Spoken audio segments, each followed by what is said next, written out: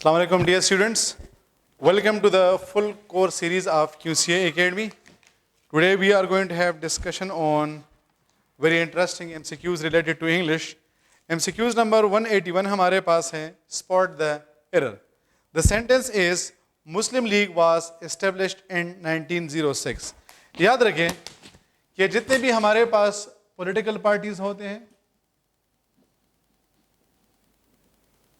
और जितने भी हमारे पास रिलीजियस ग्रुप होते हैं, हम हमेशा उससे पहले आर्टिकल द को यूज़ करते हैं. हमारे पास जितने भी पॉलिटिकल पार्टीज होते हैं और हमारे पास जितने भी रिलीजियस ग्रुप होते हैं, हम हमेशा उससे पहले आर्टिकल द को यूज़ करते हैं. यहाँ पर हमने लिखा है मुस्लिम लीग वाज एस्टेब्लिश इन 1906. ये मुस्लिम लीग नहीं आएगा, बल्कि ये हमारे पास द मुस्लिम लीग आएगा, क्योंकि ये हमारे पास क्या, ये हमारे पास एक पार्टी का नेम है. अच्छा, ये भी याद रखें कि जितने भी हमारे पास पॉलिटिकल पार्टीज के नेम आते हैं, हम हमेशा इसको कैपिटल से स्टार्ट करते हैं. इसका जो स्टार्टिंग लेटर होगा वो हमेशा कैपिटल होगा. तो एमसीक्यूज नंबर 181 में हमारे पास जो राइट ऑप्शन आता है that is option A. MCQs number 182, we are living in 21st century.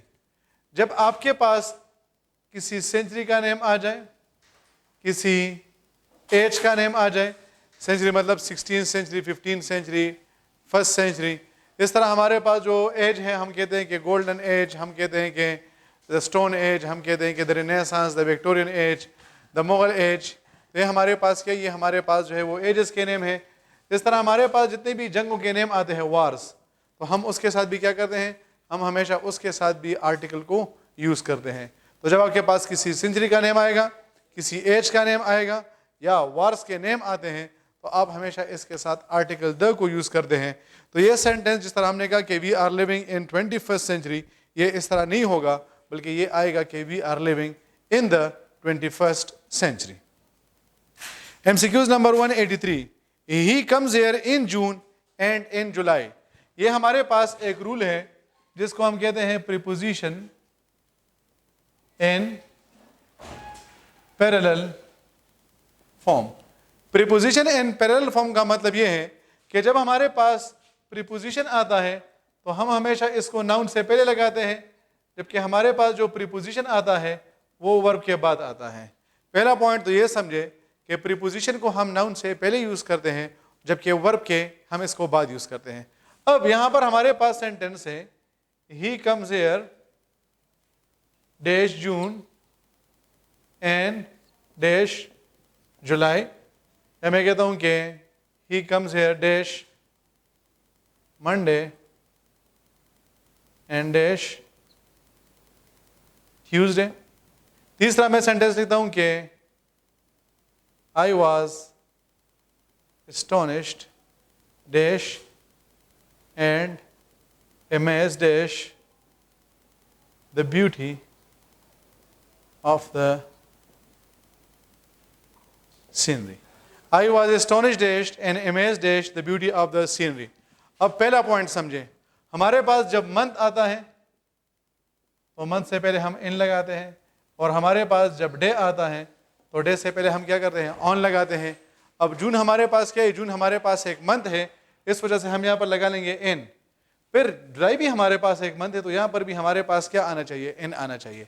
अब यहाँ पर हमारे पास 2 नाउन्स आए हैं, लेकिन इन दोनों नाउन्स से पहले हमारे पास सेम प्रीपोजिशन आया है. जून से पहले भी इन आया है, जबकि जुलाई से पहले भी इन आया है.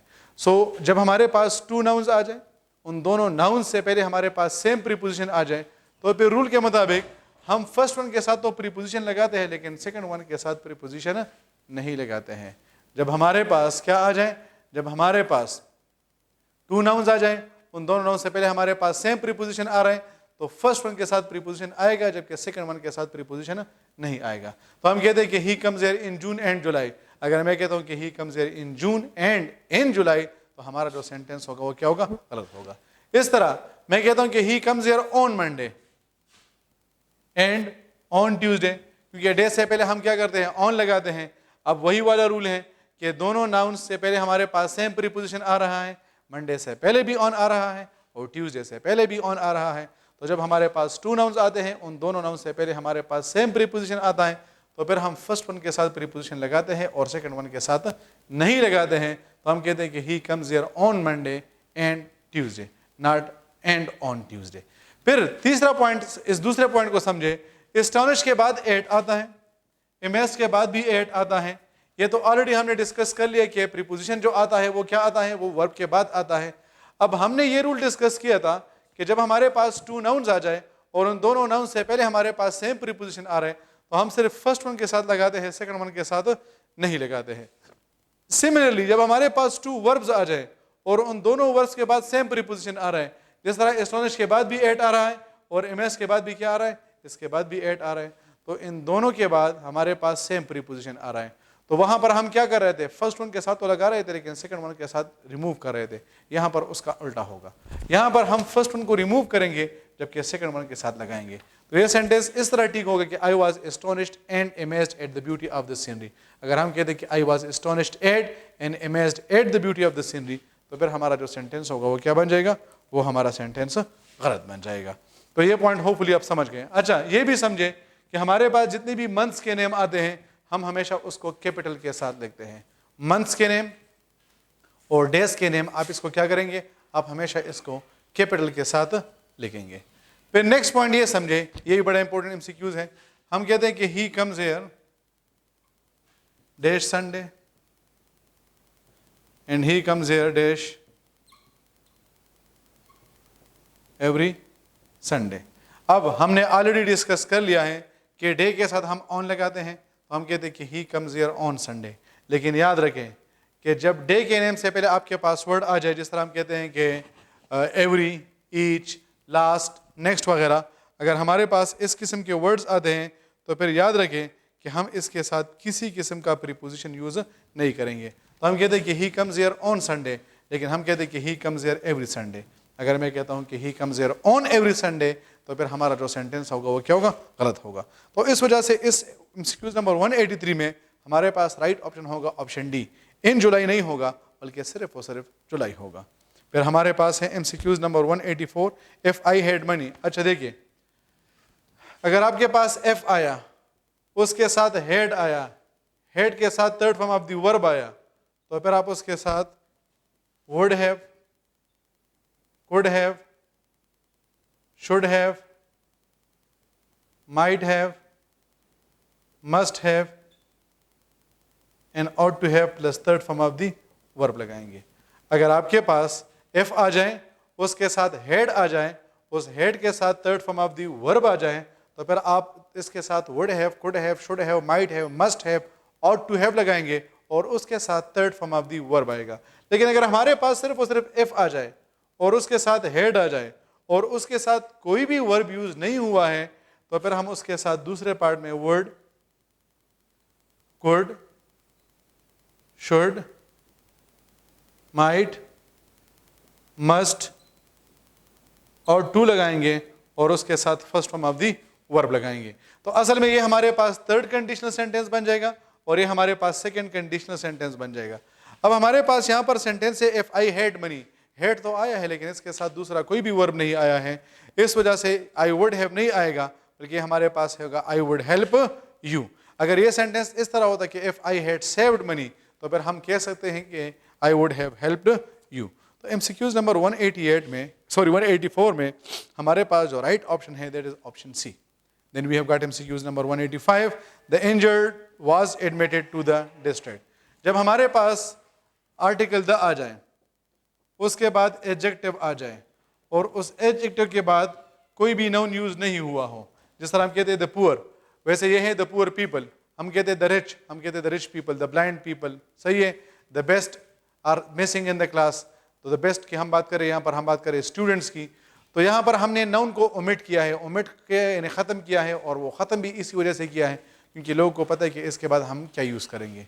तो जब हमारे पास द आ जाए, उसके बाद एडजेक्टिव आ जाए और नाउन मौजूद ना हो, तो फिर आपके पास कौन सा वर्ब आएगा, प्लूरल वर्ब आएगा। तो हम कहते हैं कि द इंजर्ड वाज नहीं आएगा, the injured were admitted to the district hospital. तो इंजर्ड के बाद वर नहीं, वाज नहीं आएगा, वर आएगा। So option B is the right one. अच्छा, यहाँ पर ये भी याद रखें कि एडमिटेड के बाद क्या आता है, एडमिटेड के बाद आपके पास टू आता है। Then we have got MCQs number 186, do you approve to smoking in public places. तो यहाँ पर क्या आएगा, अप्रूव के बाद ऑफ आता है, ठीक है। Do you approve of smoking in public places, do you approve of smoking in public places, approve के बाद टू नहीं आता। MCQ number 187, he has been cured by his illness, cured by नहीं आएगा, cured from आएगा। he has been cured from his illness आएगा, by नहीं आएगा। so the right option is option C। MCQ number 188, who are you referring on, तो refer के बाद क्या आता है, उसके बाद on नहीं आता बल्कि उसके बाद to आता है, who are you referring to will be the right one। MCQ number 189, there is a picture in the wall, in the wall नहीं होगा, ऑन द वॉल होगा। क्यों? पहले भी मैं आपको बता चुका हूं कि ऑन, इन और एट को हमने डिटेल में डिस्कस किया हुआ है कि जब भी हमारे पास एक चीज़ का सरफेस दूसरे चीज़ के बैक को टच करता है तो फिर हम उसके साथ क्या करते हैं, हम उसके साथ ऑन लगाते हैं। अब आपने पिक्चर लगा ली तो उस पिक्चर का बैक उस दीवार के फ्रंट को क्या करेगा, उसको टच करेगा या उसके सरफेस को टच करेगा, इस वजह से इन नहीं आएगा, ऑन आएगा। तो this is the picture, there is a picture in the wall, option D is the right one। in the wall नहीं आएगा बल्कि on the wall आएगा। then MCQs number 190, MCQs number 190 हमारे पास है कि he was prejudiced towards the minorities। prejudice जो है वो जब word आपके पास आता है तो इसके बाद towards नहीं आता बल्कि इसके बाद क्या आता है, इसके बाद against आता है। तो he was prejudiced against the minorities आएगा, towards नहीं आएगा। तो इस वजह से MCQs नंबर 190 में हमारे पास जो राइट ऑप्शन है that is option C. He was prejudiced towards नहीं आएगा, prejudiced against the minorities. MCQs number 191, take care that you are not late, ये हमारे पास एक इंपेरेटिव सेंटेंस है। इंपेरेटिव सेंटेंस के बारे में दो इंपॉर्टेंट पॉइंट्स याद रखें कि एक तो हम हमेशा इसको वर्ब के फर्स्ट फॉर्म से स्टार्ट करते हैं और दूसरा इसमें हम हमेशा प्रेजेंट टेंस को यूज करते हैं। हमारे पास जब इंपेरेटिव सेंटेंस आता है तो हम हमेशा उसके बाद वर्ब का फर्स्ट फॉर्म यूज़ करते हैं, यानी वर्ब के फर्स्ट फॉर्म के यूज़ करने का मतलब ये है कि आप उस वर्ब के साथ S, E S, D, E D या आई एन जी वगैरह नहीं लगा सकते हैं। जिस तरह मैं आपसे कहता हूँ कि हेल्प द पुअर, ये मैं नहीं कहता कि हेल्पिंग द पुअर, या मैं कहता हूँ कि स्टॉप द चीटिंग, तो मैं ये नहीं कहता कि स्टॉप्स द चीटिंग। तो हमारे पास जब भी इंपेरेटिव सेंटेंस आता है हम उसके वर्ब के साथ एस या ई एस को यूज़ नहीं करते हैं। दूसरा इंपॉर्टेंट पॉइंट ये है कि इसके बाद हम हमेशा प्रेजेंट टेंस को यूज़ करते हैं और हम दूसरे किसी भी टेंस को यूज़ नहीं कर सकते हैं। तो MCQs नंबर 191 में हमारे पास राइट ऑप्शन होगा option A, take care that you are not late. Option B में वर आया है यानी पास्ट टेंस, ऑप्शन सी में वेल आया है यानी फ्यूचर टेंस, इस वजह से ये गलत बन जाएगा। फिर हमारे पास है MCQs number 192, I am reading a book right now, इसमें ऑप्शन बी हमारे पास ठीक होगा। जब हमारे पास ये राइट नाउ वर्ड आता है तो हम इसके साथ क्या करते हैं, हम इसके साथ जो है वो प्रेजेंट कंटिन्यूअस टेंस को यूज करेंगे, इस वजह से option B is the right one. Option A इस वजह से गलत है क्योंकि हमने प्रेजेंट इंडेफिनिट लगाया है, ऑप्शन सी इस वजह से गलत है क्योंकि हमने पास्ट कंटिन्यूअस लगाया है, जबकि राइट नाउ के साथ पास्ट कंटिन्यूअस टेंस नहीं आता। MCQs number 193, the right option is option A, he resembles his father. Resemble के बाद और इन्वेस्टिगेशन के बाद प्रीपोजिशन नहीं आता। नॉर्मली आप जो है वो रिजेंबल के साथ विद लगाते हैं कि ही रिजेंबल्स विद हिज फादर, तो गलत होगा। जब भी आपके पास वर्ड रिजेंबल आएगा या आपके पास वर्ड इन्वेस्टिगेशन आएगा तो इसके बाद किसी किस्म का प्रीपोजिशन नहीं आता। MCQs number 194, he has already finished his task, ये हम he has already finished his task, इसमें हमारे पास राइट ऑप्शन होगा ऑप्शन बी। ऑप्शन ए इस वजह से गलत है क्योंकि जब भी हमारे पास कोई पास्ट इंडेफिनिट टेंस को हम यूज़ करते हैं हम उसके साथ पास्ट टाइम रेफरेंस को यूज़ करते हैं। ऑप्शन सी क्यों गलत है, ऑप्शन सी इस वजह से गलत है क्योंकि यहाँ पर हमारे पास पास्ट परफेक्ट टेंस आया है और पास्ट परफेक्ट टेंस को हम उस सेंटेंस में यूज़ करते हैं जब जिसकी सेंटेंस में हमारे पास टू क्लॉजेस होते हैं। MCQs number 195, he is an intelligent student, the sentence is a simple sentence. इस सेंटेंस में हमारे पास सिर्फ और सिर्फ एक सब्जेक्ट है प्लस वन प्रेडिकेट, तो एक सब्जेक्ट या एक प्रेडिकेट को कंबाइन करके हम क्या कहते हैं, इसे हम कहते हैं वन क्लास। अब ये एक क्लास आपको क्या कर रही है, आपको फुल मीनिंग दे रहा है कि नहीं, ये हमारे पास इंडिपेंडेंट क्लास बन गया है, तो एक इंडिपेंडेंट क्लास को हम सिंपल सेंटेंस भी कहते हैं। That is why the right option is option A. MCQs number 196, ruling means verdict, judgement, conviction, option D is the right one, all of these. जब हम किसी किस्म का फैसला सुनाते हैं तो हम उसे रूलिंग कहते हैं। तो 196 में राइट ऑप्शन होगा option D. MCQs number 197, hideous का मतलब होता है एक ऐसी चीज़ जो कि आपको बहुत बुरी लगती है। यहाँ पर हमारे पास ऑप्शन है एग्रीएबल, डिलाइटफुल या प्लीजेंट। इन सब का मतलब होता है एक ऐसी चीज़ जो कि बड़ी खुशगवार होती है या आपको अच्छी लगती है। That is why the right option is option D, all of this. Intolerable, intolerable का मतलब होता है एक ऐसी चीज़ जिसको हम बर्दाश्त नहीं कर सकते हैं। अनबियरेबल, इनऑर्डिनेट, इनएक्सक्यूजेबल, इन सब का भी मतलब होता है एक ऐसी चीज़ जिसको हम बर्दाश्त नहीं कर सकते हैं। That is why the right option is option D. MCQs number 199, groggy is the antonym of. अच्छा, ग्रोगी का मतलब होता है कोई चीज़ जो वीक होती है या जिसमें बैलेंस नहीं होता। सो द राइट यहाँ पर हमारे पास ऑप्शन है बैलेंस्ड, विगोरस एंड इंडस्ट्रियस। इन सब का मतलब होता है हार्ड वर्किंग या जिस चीज़ का बैलेंस होता है। That is why the right option is all of this. और लास्ट MCQs हमारे पास है MCQs number 200, I saw him dash 10 o'clock dash Monday dash 2018। हमारे पास जब आवर आता है हम उसके साथ 8 लगाते हैं, जब हमारे पास डे आता है तो हम उसके साथ ऑन लगाते हैं, और जब हमारे पास एयर आता है तो हम उसके साथ इन लगाते हैं। That is why the right option is option D, I saw him at 10 o'clock on Monday in 2018। Thank you very much, dear students. Hopefully you have understood all the MCQs and all the ideas have been cleared. Thank you very much. Allah Hafiz.